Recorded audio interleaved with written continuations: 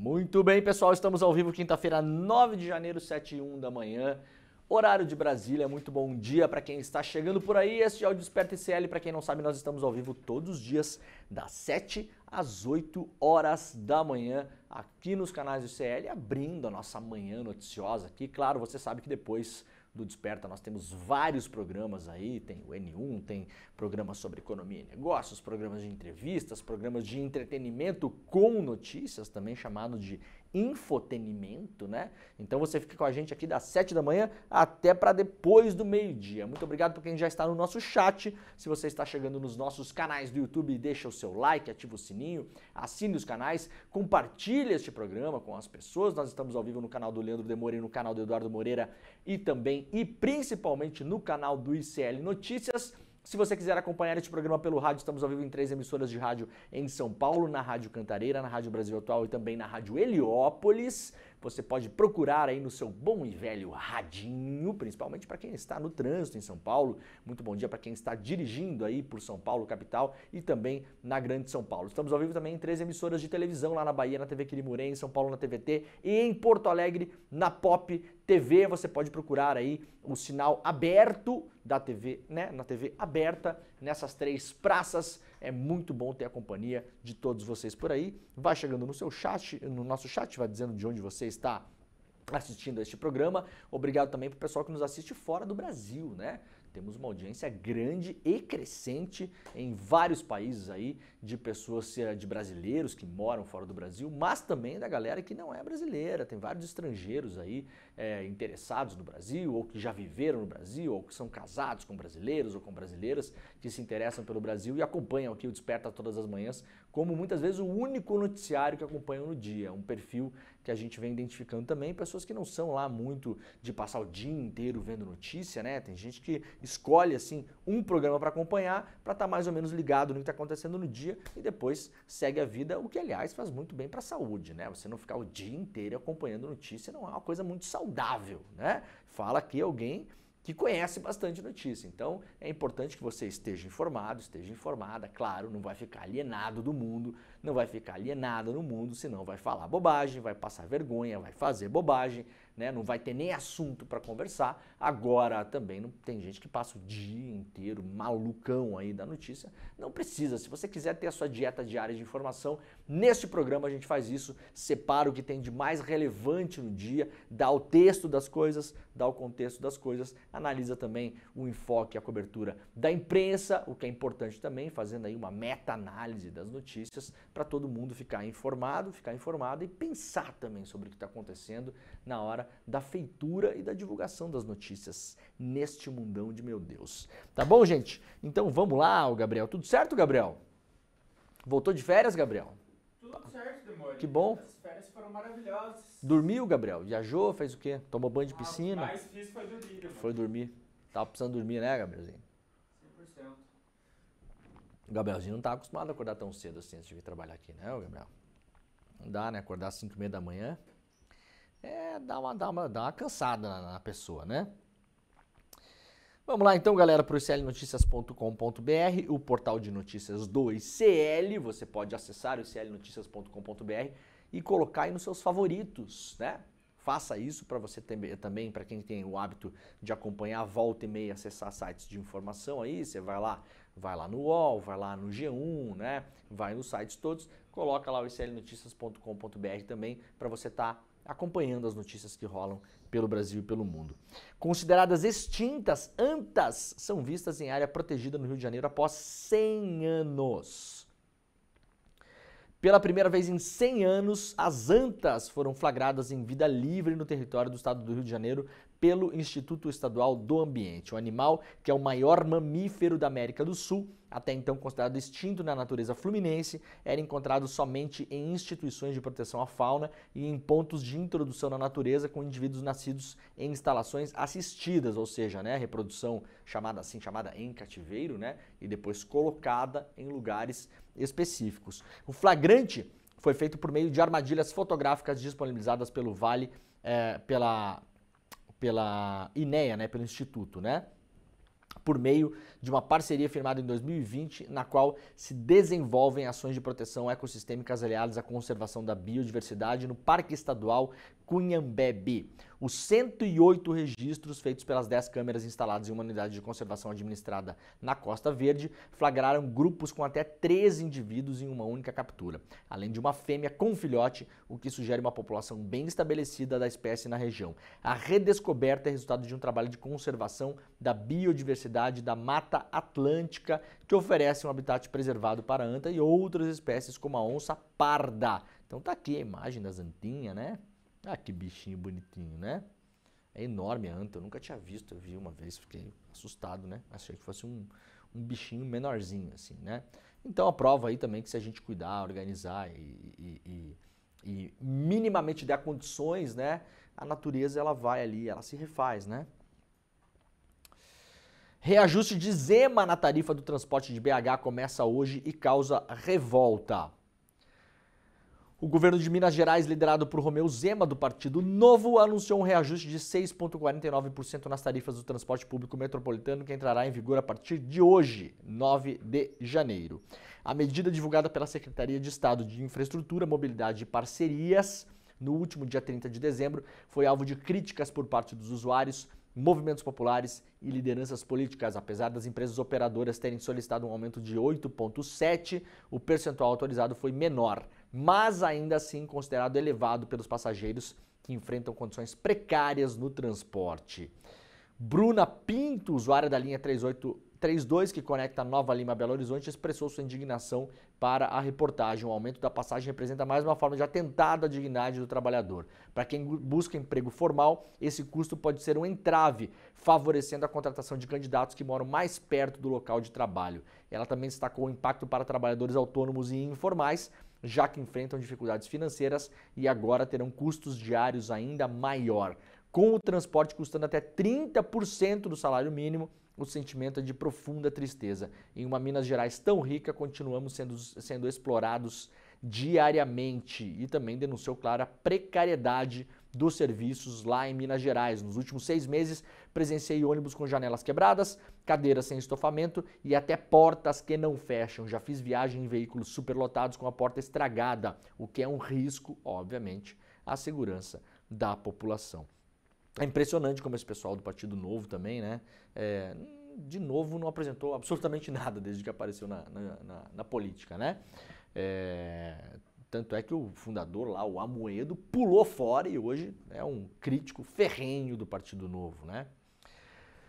Governo publica resolução sobre aborto legal em crianças e adolescentes vítimas de violência. A resolução do Conselho Nacional dos Direitos da Criança e do Adolescente, que estabelece diretrizes sobre casos de aborto legal em crianças e adolescentes vítimas de violência sexual, ou seja, crianças e adolescentes estupradas, que têm o direito legal já no Brasil do aborto. Isso não é uma invenção do Lula, vamos deixar bem claro aqui, né? Porque a extrema-direita adora misturar as coisas. Está no centro de uma disputa política e judicial com movimentos conservadores e o próprio governo federal, mas foi publicada nesta quarta-feira no Diário Oficial da União. A publicação foi determinada na segunda-feira pela Justiça, pelo juiz Ney Belo, do Tribunal Regional Federal da Primeira Região. O governo Lula se posicionou contra a resolução. Seus representantes no CONANDA votarem para derrotar o texto em dezembro. A norma foi aprovada no dia 23 de dezembro após uma votação apertada. 15 votos a favor, todos da sociedade civil, e 13 votos contrários. Eu vou repetir, o governo Lula, através da Casa Civil, orientou os seus representantes no Conselho a votarem contra a publicação desta resolução, tá? Mesmo assim, a resolução foi aprovada porque os representantes escolhidos em entidades da sociedade civil votaram pela publicação da resolução. No dia seguinte à aprovação, ou seja, no dia 24 de dezembro, véspera de Natal, a resolução foi suspensa por decisão judicial, atendendo a um mandado de segurança da senadora Damares Alves. Então, neste caso, o governo Lula e a Damares estão juntos, né? Não é a primeira vez que eu falo aqui que o governo Lula está mal acompanhado em muita coisa. Essa aqui é mais uma. Sim, vocês entenderam bem, gente. O governo Lula e a Damares estão juntos e tentaram impedir a publicação desta resolução que disciplina de modo mais claro como deve ser feita a interrupção da gravidez em crianças e adolescentes estupradas. O governo Lula está junto com a Damares, vou repetir pela quarta vez, quinta vez, sexta vez, porque tem gente que tem, né, de manhã tá acordando ainda, não, parece que não casa, né, a informação, é isso mesmo que vocês ouviram, tá? Governo, através da Casa Civil, Damares Alves, contra a publicação de uma resolução que organiza a maneira como é feita a interrupção da gravidez em crianças e adolescentes que foram estupradas. Estou falando de crianças aí que pode ser de 10 anos, 11 anos, 12 anos, né? 13 anos. O documento estabelece diretrizes para o atendimento de crianças e adolescentes vítimas de violência sexual com foco na gravidez infantil. A norma estabelece protocolos para a interrupção da gestação como a prioridade de crianças e adolescentes nos serviços do aborto legal, sem imposição de barreiras que não tenham previsão legal. A resolução afirma que o acesso à informação clara e imparcial sobre a interrupção à gestação são direitos da criança e do adolescente, sendo vedada a conduta diversa com base em convicções morais, políticas, religiosas e crenças pessoais. O texto também dispõe sobre a permanência de crianças e adolescentes vítimas de violência sexual em serviços de acolhimento e afirma que a medida deve ser excepcional e provisória, não podendo ser utilizada como recurso para o impedimento do acesso ao serviço de interrupção legal da gestação. A seção ecoa casos como de uma menina de 11 anos de Santa Catarina, em 2021, que foi encaminhada para um abrigo como disfarçado de medida protetiva, né? Após a repercussão negativa do caso, a criança acabou sendo autorizada pela justiça. Ou seja, essa resolução, ela tenta evitar que, por exemplo, você chega num lugar, uma criança de 11 anos, com os pais, obviamente, para interromper a gravidez. Chega lá, tem no atendimento lá um igrejeiro, uma igrejeira, né? Nada contra a sua religião, tá? Mas também a sua religião, problema seu, né? Problema seu. Cada um com seus problemas, gente. Gabriel, religião, time de futebol. Eu gosto até de gente que torce pro Inter, Gabriel. Então, veja, não tem nada a ver. Aliás, minha esposa, né? Minha esposa, a minha mulher, né? Então, Gabriel, não tem nada a ver uma coisa com a outra, né? Cada um com seus problemas. Isso não pode ser levado para dentro do atendimento em um hospital público, por exemplo, nesses casos de interrupção de gravidez e em caso nenhum, na bem da verdade. Não é mesmo? Aí disfarçam muitas vezes esse atendimento, né, de acolhimento e aí vão protelando, empurrando a gravidez, não fazendo os procedimentos que são legais previstos em lei, fazendo atrocidades como já aconteceu no Brasil várias vezes, como por exemplo fazer a criança ouvir o coraçãozinho do feto, tá? No nível assim, filme de terror, que é o que tem acontecido no Brasil.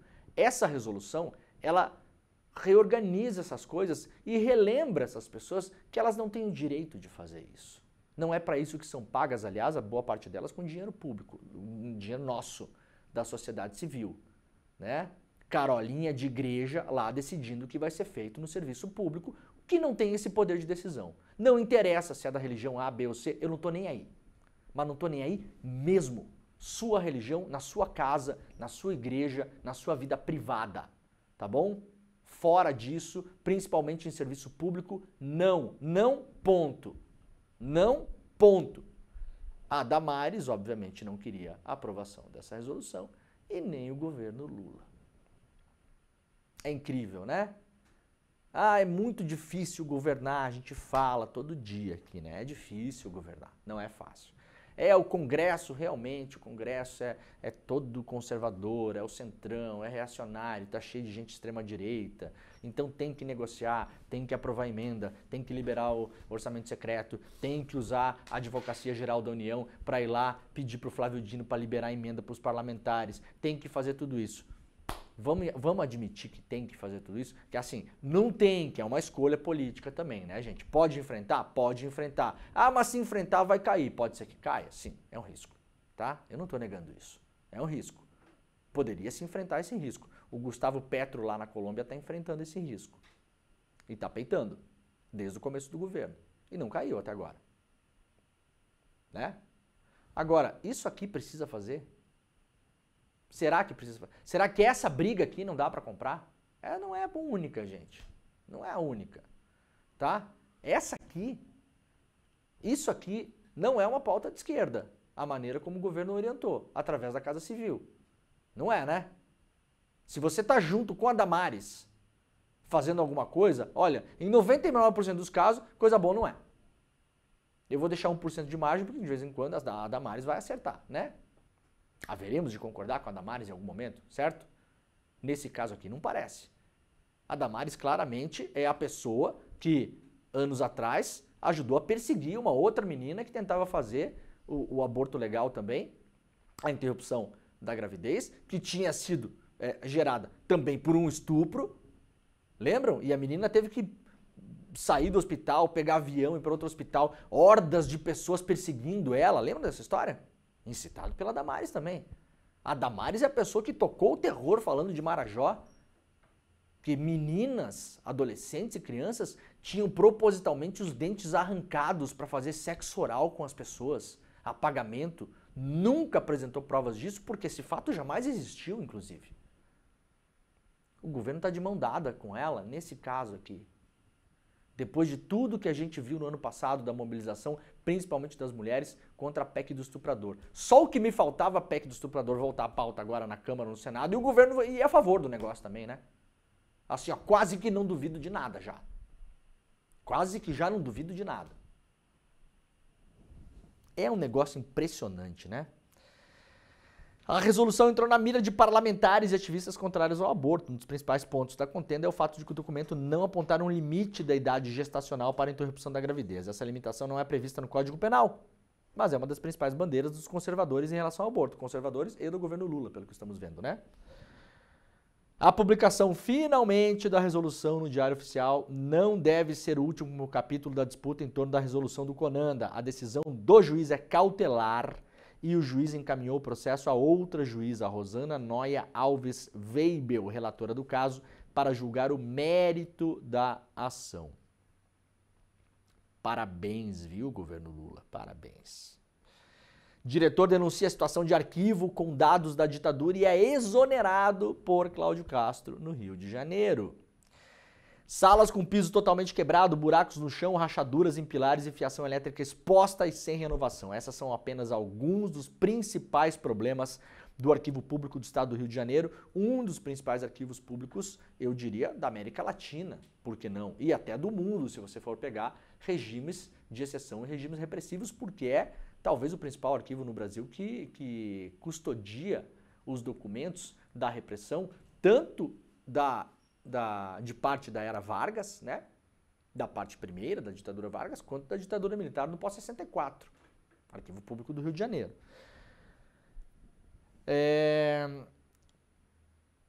Os problemas foram expostos agora pelo ex-diretor Victor Travancas, após a coluna da Juliana Dalpiva aqui no slnoticias.com.br revelar o fechamento do arquivo público devido às péssimas condições do local. O governador Cláudio Castro decidiu exonerar o diretor, e agora ex-diretor, do arquivo, sem comunicá-lo antes.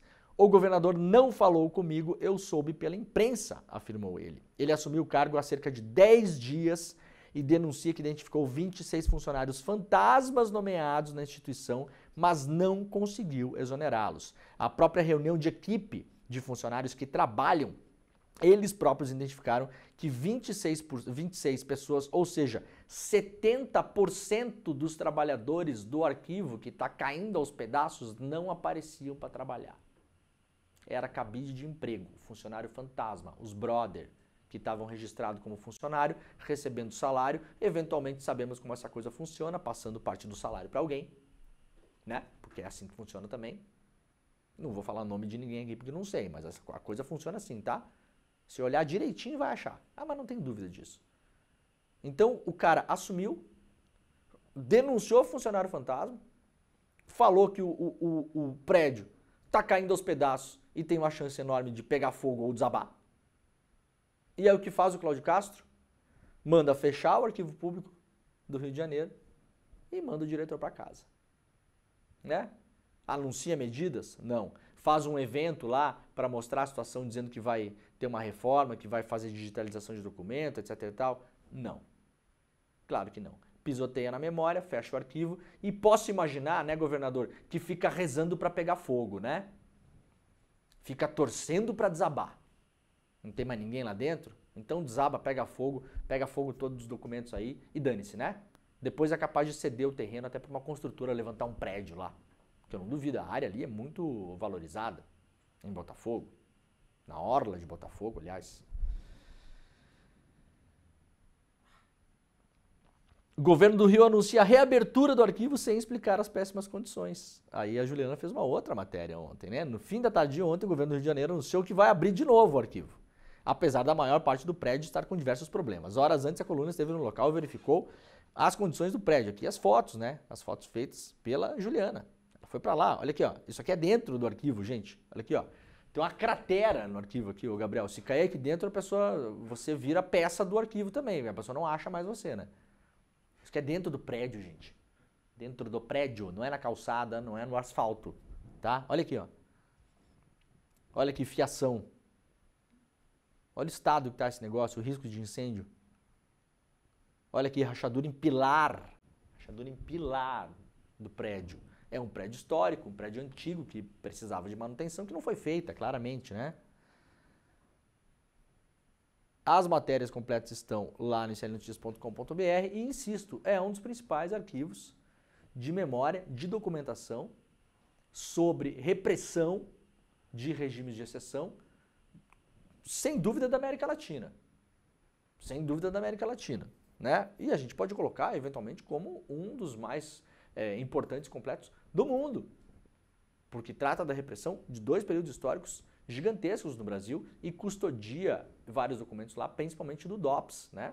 Falei ontem aqui, aliás, o livro que eu escrevi sobre a máfia italiana no Brasil foi muito baseado em documentos que eu obtive lá no arquivo público, lá, pesquisando e tal, né? Lendo os papeluchos lá, né? Fui diversas vezes para lá, fui no Arquivo Público de São Paulo, fui na Biblioteca Nacional, arquivos no Paraguai, no Uruguai, na Itália. Pedi arquivos nos Estados Unidos também, na época, me mandaram pelos correios os arquivos lá, né? Através da Lei de Acesso à Informação dos Estados Unidos. E agora, é isso, né, Cláudio Castro?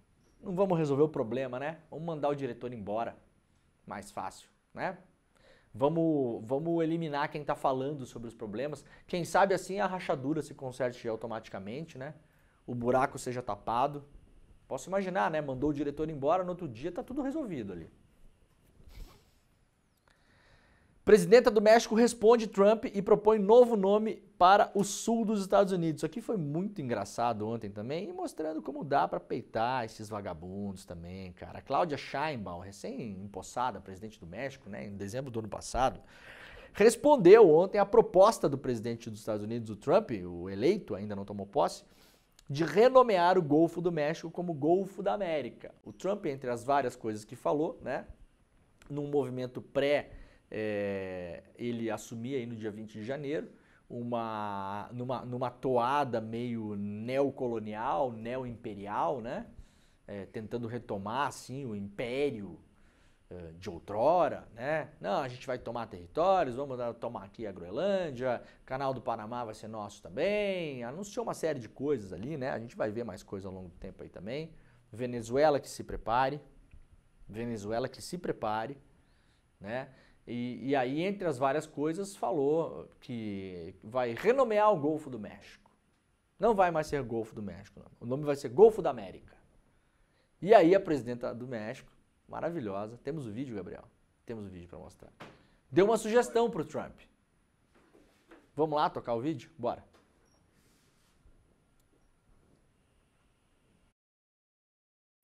¿Por qué no le llamamos América Mexicana?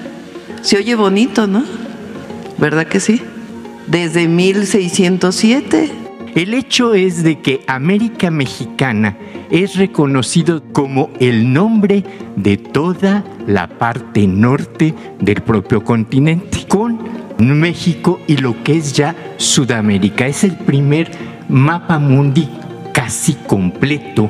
¿Y por qué se llama América Mexicana? Porque México era un territorio muy rico en culturas y muy rico en muchos minerales, etc. Tan es así que José María Morelos y Pavón hace el decreto constitucional para la libertad de la América Mexicana.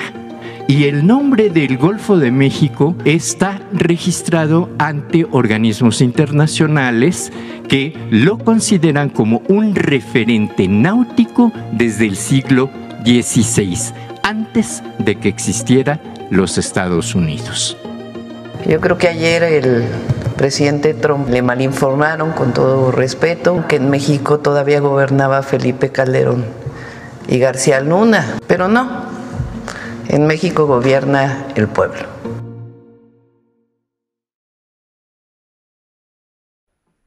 Maravilhoso, né? Vamos renomear então também os Estados Unidos com a América Mexicana, porque a gente está inventando isso? Não, desde 1607, o principal mapa publicado na época, o território dos Estados Unidos era chamado América Mexicana. Bora renomear também. Antes de existir Estados Unidos, aliás, né? Dá para enfrentar essa gente. Com inteligência, com bom humor, né? Com vontade política, com coragem. Vai ter revés? Vai ter revés. Ah, mas eles vão vir pra cima. Gente, eles vão vir pra cima de qualquer jeito. De qualquer jeito. Anota o que eu tô falando. Os próximos 2 anos para o Brasil, para a América Latina no geral, para o Brasil, vão ser muito problemáticos. Nós temos o alinhamento do novo presidente de uma potência global, os Estados Unidos, com boa parte das pessoas mais ricas do mundo. Estão todos juntos na mesma sala, comungando dos mesmos ideais por interesses políticos e econômicos. A gente viu, Elon Musk, Mark Zuckerberg, Peter Thiel, todos os sócios dessa galera. Vamos lembrar que o Mark Zuckerberg tem aí 15, 16, 17% só das ações do Facebook. Ele tem outros sócios que são tão ricos quanto ele, ou muito próximos de serem ricos quanto ele. Outros bilionários foram incluídos nesse clube aí. É o clube dos bilionários agora que vai dominar os Estados Unidos. Não que antes não fosse, né, gente? Os Estados Unidos, você sabe, não é exatamente um exemplo de democracia, né?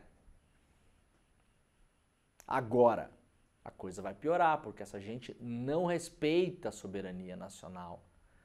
A declaração do Zuckerberg, ela fala sobre isso de maneira clara, né? Com outras palavras, usando linguagem burocrática para mentir para as pessoas, né? Linguagem burocrática é aquela coisa de eficiência, né, Gabriel?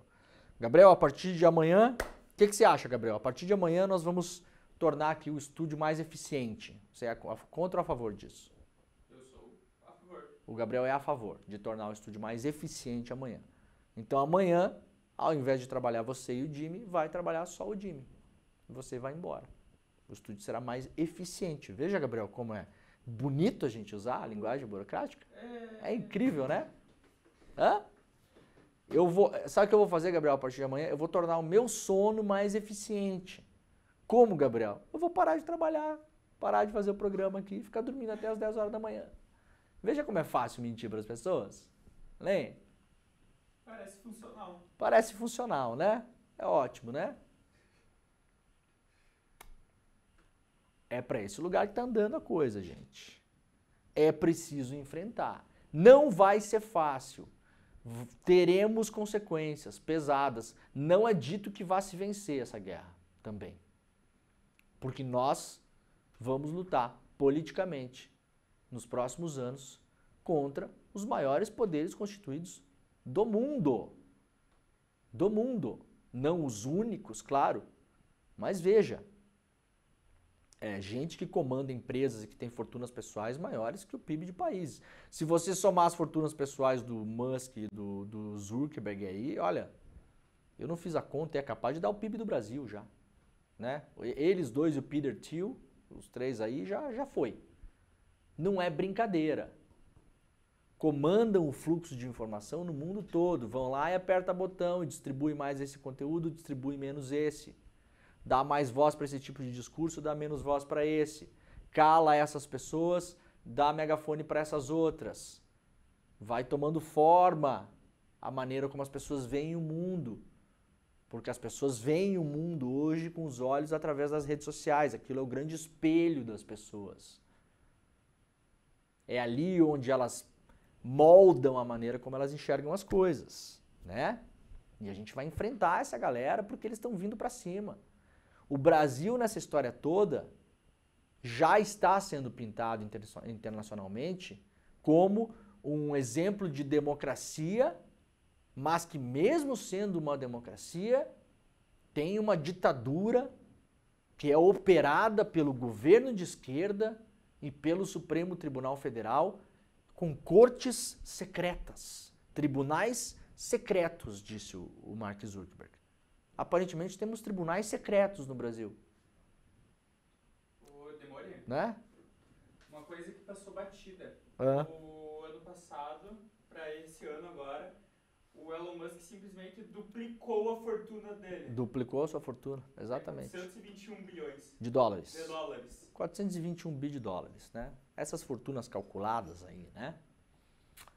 Então, galera, não vai ser fácil não. Não vai ser nada fácil. O Brasil vai virar, na boca dessa gente, um exemplo de democracia que internamente é operada como uma ditadura. Graças a uma união entre um governo, aspas, comunista e uma corte secreta. Vejam. Até onde me resulta, o STF fica na Praça dos Três Poderes. Né? O endereço é tão secreto que uma pessoa pode ir lá, levar uma bomba, deitar em cima dela e explodir a própria cabeça. Como aconteceu no ano passado. Essa é a medida do endereço secreto. Aí tem gente tentando dar nó em pingo d'água aí, né? Não, o Zuckerberg tem razão. São as decisões secretas. Não. Decisão secreta, corte secreta são coisas diferentes, gente. Você tem um tribunal secreto em um país, bom, realmente o país degradou e virou qualquer coisa, né? Não é o caso. Há decisões sob sigilo no Brasil? Sim. Nos Estados Unidos também. Na França também. No Japão também. Na Itália, na Alemanha, na Áustria, na Suíça. Na Dinamarca, na Noruega, na Finlândia, na Argentina, na Colômbia, no México, no Canadá, na Austrália, na Nova Zelândia. No mundo todo há processos sob sigilo na justiça. Por uma série de fatores, entre eles proteger os próprios acusados, os próprios réus. Você mantém sob sigilo, por exemplo, processos de vara de família, para não expor pessoas. Notadamente, adolescentes e crianças, muitas vezes. Você mantém sob sigilo muitos processos porque a pessoa, no fim, pode ser considerada e julgada inocente e você não expôs o nome daquela pessoa para não manchar o nome dela. Há várias motivações para você manter procedimentos em sigilo. Você mantém procedimentos em sigilo, muitas vezes procedimentos policiais, para não atrapalhar as investigações, para não evitar que as pessoas destruam provas. Vem cá, quem está falando alguma coisa ao contrário disso, vocês são burros ou mal intencionados, hein? Eu prefiro ser burro muitas vezes, Gabriel, né? Porque burrice não é culpa da pessoa, né? Você é burro, ignorante, não sabe. Ah, estou falando bobagem, não sei. O Mark Zuckerberg não falou em decisões sigilosas, gente. Falou em corte, tribunal secreto. Não tenta dar nó em pingo d'água, não. Não tenta enrolar. Não tenta enrolar que não vai colar. Bom, vai colar pro bando de idiota com o qual vocês se comunicam na rede social, né? Aí sim. Aí é fácil. Não teremos anos fáceis, mas, no entanto, nós temos um STF que aparentemente está disposto a peitar, como peitou o Elon Musk. Tem gente que defende que não se faça isso, né? Deixa rolar, deixa o Facebook fazer o que quiser, deixa desrespeitar a lei nacional, deixa descumprir decisões judiciais, deixa não remover conteúdo que é pedido através da justiça, não pagar multa, deixa rolar. Ou seja, tem gente que defende que o Facebook, o Twitter e outras redes sociais possam operar no Brasil à margem da lei, do jeito que eles quiserem, da maneira como bem entenderem. Eu gostaria de saber se essas pessoas apoiariam que se fizesse isso no ramo de negócio delas, né? Por exemplo, a pessoa está defendendo isso, mas ela tem uma empresa de quê, Gabriel? De fabricação de, sei lá eu, chinelo. Você concorda que uma empresa estrangeira se instale no Brasil e opere fora de todas as leis que você tem que cumprir no Brasil? Responda essa pergunta, é fácil de responder. É o que você defende quando defende que as redes sociais possam operar no Brasil ignorando as leis locais. Como se fossem empresas supranacionais, mais importantes do que a nossa Constituição, do que as nossas leis, né? O STF não vai permitir que Big Techs, que essas empresas, né, de tecnologia, sejam instrumentalizadas para o discurso de ódio, disse o Alexandre de Moraes ontem. Declarou nessa quarta-feira que não vai permitir que as Big Techs sejam instrumentalizadas para discursos de ódio. O magistrado disse ainda que essas empresas também não poderão atuar em colaboração com grupos extremistas. No Brasil, disse ele, só continuarão a operar se respeitarem a legislação brasileira, independentemente de bravatas de dirigentes de Big Techs, disse o Alexandre de Moraes. É claro que o Mark Zuckerberg sabe que a resposta, principalmente através da pessoa do ministro Alexandre, viria nesse tom. Isso não é uma surpresa.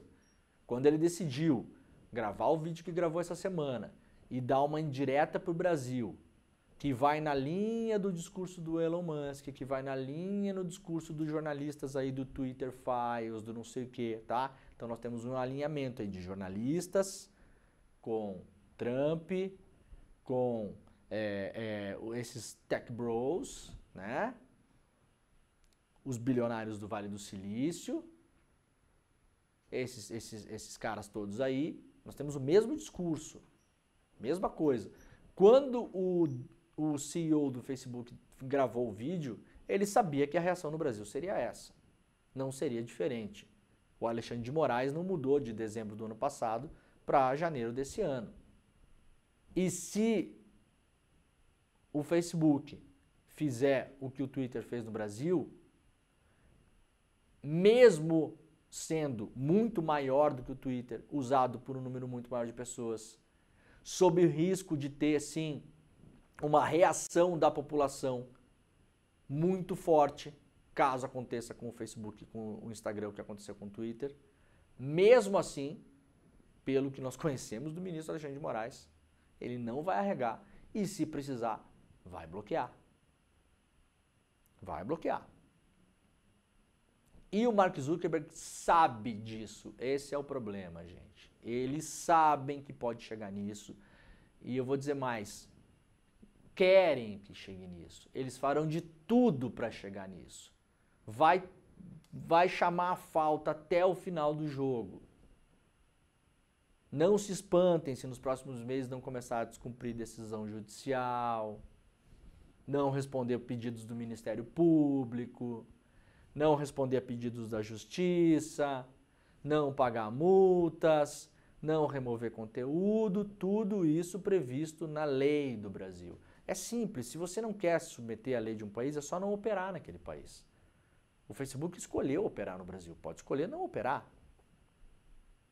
O Facebook e o Instagram operam livremente na Arábia Saudita? Não.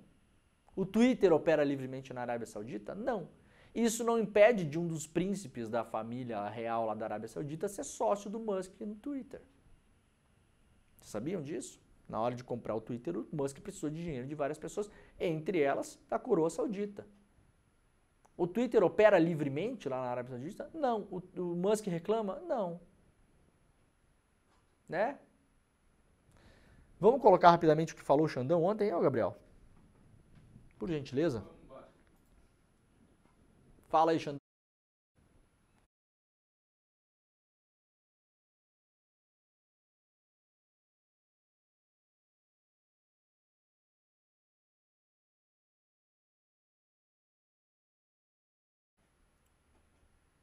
Foi? Não? Não rolou, demônio. Tenta recuperar o vídeo pra gente aí, então, pra gente mostrar daqui a pouquinho. Beleza. 2 anos do 8 de janeiro, Moraes diz que golpismo não está vencido no país e cobra regulação de redes. Durante evento no STF, em alusão ao marco de 2 anos após os ataques antidemocráticos, o ministro defendeu a importância de debater o papel dos militares na política e condenou bravatas dos donos dessas empresas de rede social e chamou os caras de irresponsáveis. O Zuckerberg não vai ter vida fácil no Brasil. Falando com algumas pessoas sobre isso, né, ao longo desses últimos meses, há opiniões para tudo que é lado, mas tem gente muito bem informada que fala sobre uma série de coisas, que também conhece lá a realidade dos Estados Unidos. Tem gente que aposta que nos próximos meses nós podemos ter, inclusive, proibição dos ministros do Supremo Tribunal Federal do Brasil de viajarem para os Estados Unidos. Tem gente que não duvida disso. E tem gente que não duvida que, num limite, se essa briga esquentar, algum tipo de pedido de prisão de ministro do Supremo Tribunal Federal Brasileiro feita nos Estados Unidos, né? Ou por parte do Congresso nazistinha lá nos Estados Unidos, ou pelo Trump, ou por alguém do seu governo. Não se duvida que a coisa chegue, que a coisa escale nesse ponto. Veja, o Musk escalou até o ponto de ter o Twitter bloqueado, era o que ele queria, desejava, precisava para ajudar a extrema-direita no Brasil, né? Em boa medida, adiantou muito. Então a gente não se duvida que esses caras vão dobrar ou triplicar a aposta. Tem o vídeo aí, vamos colocar pra gente o vídeo do Moraes. Aqui no Brasil, a nossa Justiça Eleitoral e o nosso Supremo Tribunal Federal, ambos já demonstraram que aqui é uma terra que tem lei. As redes sociais não são terras sem lei. No Brasil, só continuarão a operar se respeitarem a legislação brasileira, independentemente de bravatas de dirigentes irresponsáveis das Big Techs. Tem muita gente que fala que tem muitas cartas na manga contra o Alexandre de Moraes, que isso e aquilo, que na hora certa vai sair e tal, não sei o que, não sei o que, não sei o que. Não parece que ele está com medo de nada disso. Se o ministro subitamente mudar a sua postura, eu vou achar estranho. Osso duro de roer, viu, Mark? Osso duro de roer. O Brasil está sendo exemplo em vários lugares do mundo e encorajando vários líderes mundiais a tomar medidas. Tá? Na prática isso. O que foi feito no Brasil em relação ao Musk, em relação ao Twitter, repercutiu no mundo todo e a repercussão na classe dirigente política e na imprensa no geral, e eu acompanhei isso muito de perto, foi uma repercussão encorajadora, não foi repercussão de ditadura judicial, de liberdade, não tem porcaria nenhuma. Foi uma repercussão do tipo, opa, dá pra fazer. Opa, dá pra peitar essa gente, dá pra bloquear esses monopólios. Esses caras não são os donos do mundo. A gente pode dar uma porrada na cara deles. Só essa semana na Alemanha e no Reino Unido aconteceu isso. Grupo aciona o Ministério Público Federal após o Facebook, Meta, né, e Instagram, permitir classificar gays e trans como doentes mentais. Então a nova política do Mark Zuckerberg é isso. Você pode pegar uma pessoa lá, né, da comunidade aí LGBT e falar que é um doente mental e esse conteúdo ficará publicado no Instagram e no Facebook. Isso aqui é um exemplo. É um exemplo. Vai piorar. Prepare-se para quem usa essas redes sociais aí, prepara a cabecinha, tá? Que vai começar a aparecer esse tipo de coisa na sua timeline. Vamos lá, deputado aciona CONAR contra jornais que apoiaram ditadura militar, propaganda enganosa. Eu achei muito bom isso aqui que o Ivan Valente fez, porque na prática, claro, não vai acontecer nada, mas é um jeito de chamar atenção para uma coisa que aconteceu nessa semana, que é muita hipocrisia. Principalmente vindo de 2 jornais brasileiros. Um, a Folha de São Paulo, o outro, o Jornal Zero Hora. Os dois fizeram editoriais falando do 8 de janeiro, e o que é a democracia, e porque não sei o quê, e inegociável, e não sei o quê, sendo que são 2 jornais que apoiaram a ditadura militar a partir de 64. Antes, aliás, né, porque apoiaram o golpe antes da ditadura. E aí, o Ivan Valente enviou uma carta ao Conselho Nacional de Autorregulamentação Publicitária contra o jornal O Globo, também o Globo, né? Folha, o Globo, Zero Hora. Ele chama atenção para a publicidade veiculada pelo jornal, utilizando o título do filme do livro Ainda Estou Aqui, que narra a história de Rubens Paiva, na celebração dos 150 anos do jornal O Estado de São Paulo. Na peça publicitária, o Globo destacou 2 instituições jornalísticas centenárias, né? Nós, o Globo, e vocês, o Estado de São Paulo. Nas bancas, concorrentes. Nas trincheiras pela democracia, aliadas. Estilos diferentes, valores em comum que estão aqui até hoje. Essa aqui é a peça publicitária. Olha aqui, ó. Os velhos fundadores do jornal lá, né? Ainda estamos aqui. Usando, né, o mote do momento, que é o mote do filme sobre alguém que de fato lutou contra a tirania, foi sequestrado dentro da própria casa e jamais voltou para casa.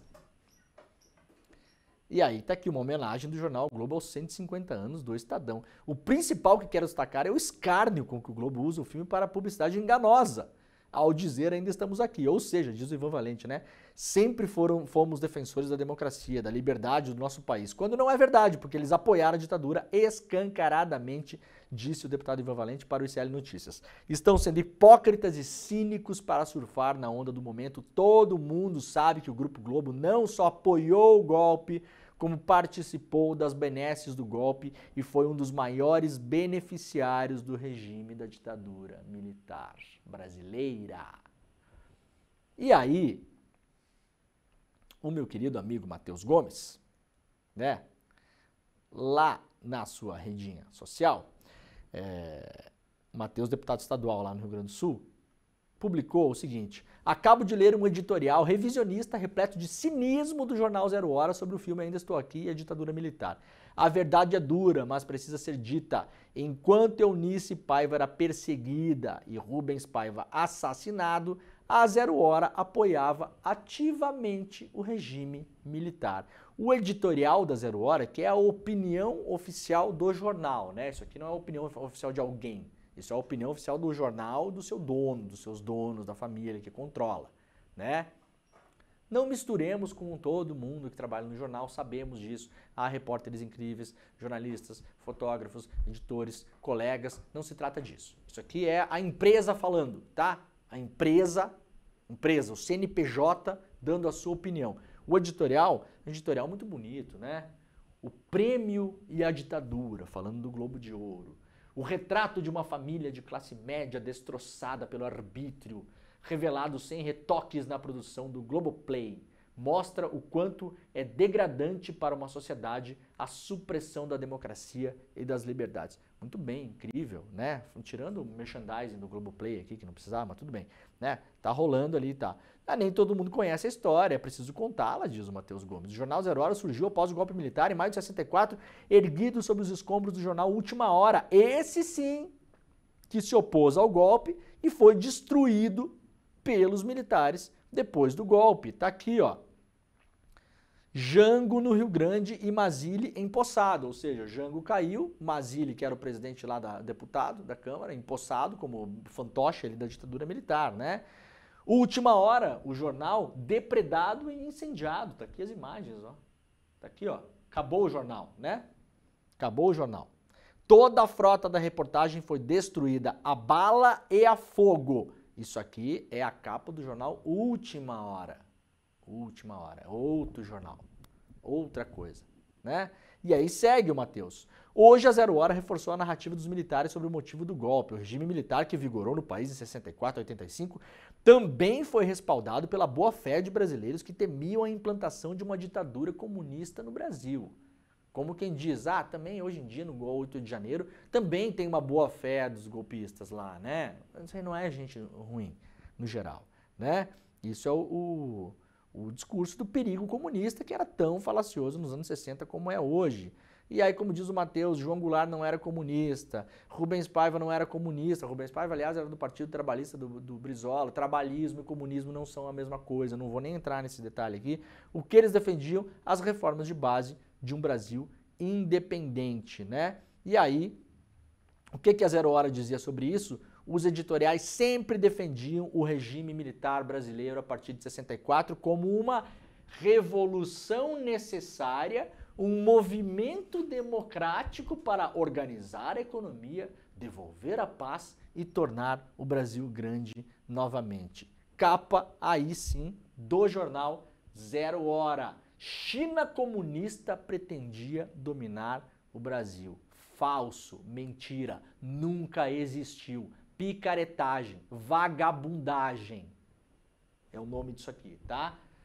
Aí, ó, Central do Trabalho no Brasil recebia ordens da Rússia, China e Cuba, né? É claro que tinha um intercâmbio, uma conversa de informações, é lógico. Haveria uma invasão comunista no Brasil? Nunca teve a menor chance, zero chance disso acontecer. Ministro da Guerra analisa revolução. Era como era chamado o golpe militar, revolução no Brasil. E aqui, uma foto do Pinochet, né? Pinochet, tá aqui, ó, que beleza. É o Pinochet, né? Acho que é.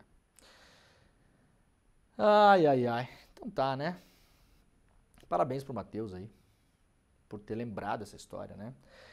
Cartórios começam a emitir certidões de óbito corrigidas de vítimas da ditadura. Ao todo serão 434 certidões de óbito retificadas de familiares aí, né, que tiveram os seus entes queridos desaparecidos. Muitas dessas pessoas, os corpos jamais foram encontrados, ou seja, há um crime sendo continuado até hoje, ocultação de cadáver, no mínimo esse, né?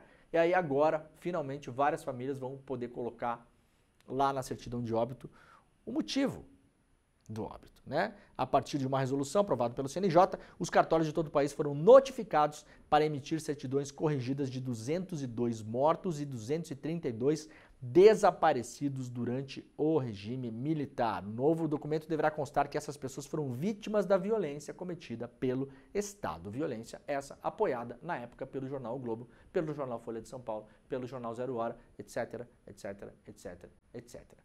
Né?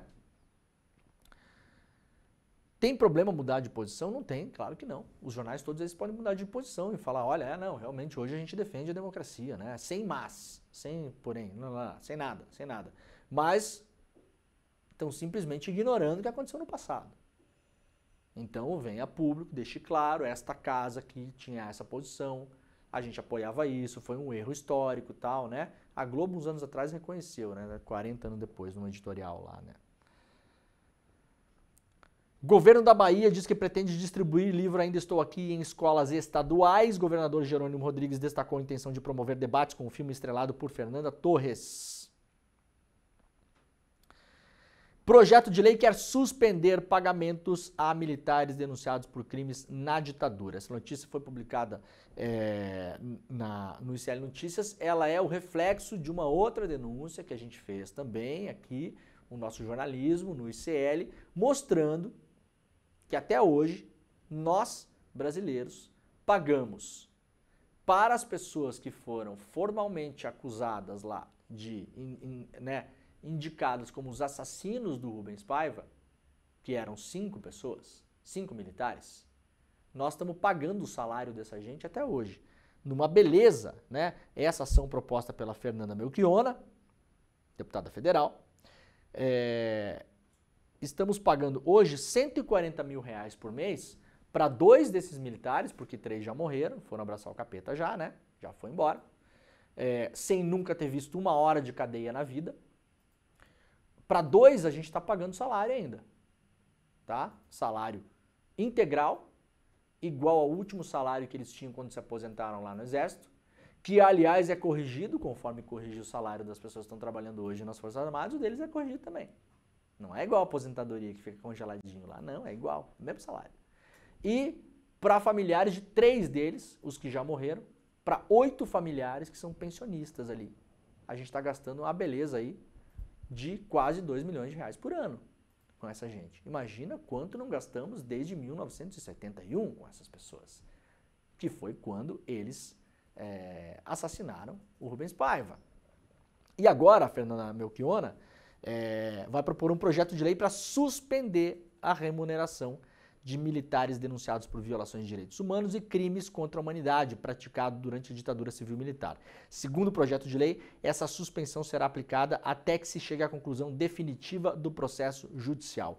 Atualmente, agentes do regime processados pelos crimes da ditadura, mesmo em casos que há abundância de provas, continuam a receber aposentadorias e gratificações até o fim do processo, o que pode levar anos. A imensa maioria desses processos não dá em nada. O processo do Rubens Paiva demorou tanto tempo que 3 dos 5 já morreram. E a última movimentação que tinha acontecido antes de dezembro do ano passado, que foi um pedido do Alexandre de Moraes para o Ministério Público Federal se mexer e dar alguma posição sobre o processo, tinha sido 6 anos atrás.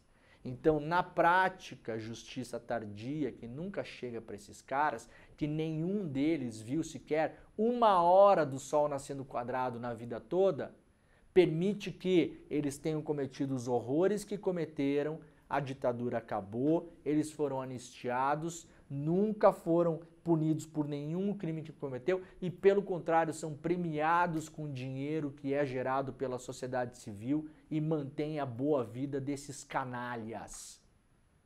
Bronzeando a pança no sol em Copacabana, muitos deles, jogando futevôlei e tomando coco, né? Quem paga é a gente aqui, ó. Seguimos pagando. A ver se esse projeto de lei anda, porque você sabe que com o Congresso atual também a chance não é lá das muito altas, né? Bom, gente, o programa está acabando. Ó, prestem atenção, amanhã de manhã, no ICL Notícias, primeira edição, tá? A partir das 8 horas da manhã. Primeiro você acorda cedo para ver o Desperta aqui, né? Primeira coisa. Segunda coisa, no N1 amanhã, que começa depois do Desperta, o Edu Moreira vai fazer o anúncio do ano do ICL.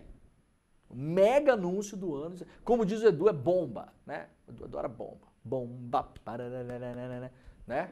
Podia dançar essa musiquinha, o Edu também, né? Não sei como é que dança, é assim, é assim, né? Bomba, bomba.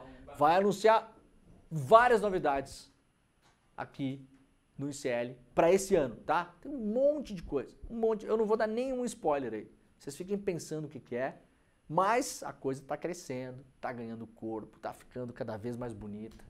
Então preparem-se, esse ano a gente vai agigantar o procedimento todo aqui para o ano que vem, que é um ano eleitoral importantíssimo, crucial, encruzilhada, de novo, mais uma, da nação brasileira, do país Brasil, para a gente estar firme e forte aqui para enfrentar esse bando de cretino aí. Pode vir Elon Musk, Mark Zuckerberg, não sei o quê. Vem, a gente vai anunciar isso amanhã, aqui de manhã, no ICL Notícias primeira edição, tá bom? Agora o N1 tá começando também. Daqui a pouquinho, eu acho que eu tô lá, né, Gabriel? Será? Talvez eu esteja no N1 hoje, não sei, talvez. Vamos fazer um mistério em relação a isso. Talvez esteja, talvez não esteja, mas você segue acompanhando a nossa programação. O Desperta volta amanhã, 7 horas da manhã. É isso, acabou o programa. Tchau, Gabriel. Tchau, todo mundo. Foi. Foi preciso esperar 6 anos. Mas a pergunta, quem mandou matar Marielle Franco, tem agora uma resposta. Durante 6 anos, o trabalho da imprensa foi fundamental, não só para buscar informações que foram trazidas a público, mas também para cobrar as autoridades, para que as investigações andassem. Era um campo minado, né? Que a polícia ali estava comprometida. Por que ele vira a chave e faz a delação? Você não precisa ser nenhum detetive para perceber que era uma investigação completamente cheia de buracos, lacunas, ações estranhas dos policiais. Existe um papel fundamental da imprensa para mostrar que essa investigação, que esse inquérito estava contaminado. Acho que não havia essa expectativa dos mandantes de que a Marielle, por exemplo, se tornasse um símbolo internacional da luta pelos direitos humanos. The world wants to know who ordered the murder Marilyn Franco. Veja a importância da resiliência dos colegas que nunca abandonaram esse caso. A Polícia Federal diz ter concluído as investigações de um crime que há 6 anos aguarda a resposta. Quem ordenou a morte da vereadora Marielle Franco e do motorista Anderson Gomes e por quê?